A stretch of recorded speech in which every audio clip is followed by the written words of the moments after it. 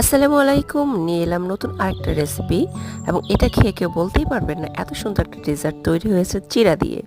হ্যাঁ, চিড়া আমরা বিভিন্নভাবে খেয়ে থাকি। তো এই চিড়াটাকে আমরা যদি পানি দিয়ে আধা ঘন্টার জন্য ভিজিয়ে রেখে চিড়া, পাউডার দুধ, গুঁড়ো দুধ অথবা হাফ অ্যান্ড হাফ যে রকমের দুধ থাকে না কেন গুঁড়ো দুধ দিয়ে এটা ভালো হয়। গুঁড়ো দুধ, চিড়া, টক দই, সামান্য লবণ এবং পরিমাণ মতো চিনি আর পাকা আম দিয়ে এটাকে ব্লেন্ড করে নিতে হবে। তারপর এটা ফ্রিজে রেখে ঠান্ডা করে সার্ভ করতে হবে এভাবে। ওই যে জিরার যে মিক্সটা তার উপরে একটু ম্যাঙ্গো অথবা পাল্প অথবা আম, পাকা আম রস করে ওইটার উপরে লেয়ার করে দিয়ে জাস্ট আপনাদের পছন্দ মতো আপনারা একটা কোনো ফ্রুটস অথবা নারকেল কুর্নি যেটা উপরে দিতে চান সেভাবে দিয়ে আপনারা সার্ভ করবেন। এবং এটা খেয়ে বোঝার উপায় নেই এটা চিড়া দিয়ে তৈরি, অসম্ভব মজাদার একটা ডেজার্ট। অবশ্যই ট্রাই করবেন। আর বিশেষ করে বিভিন্ন অকেশনে অথবা ঈদে মাস্ট।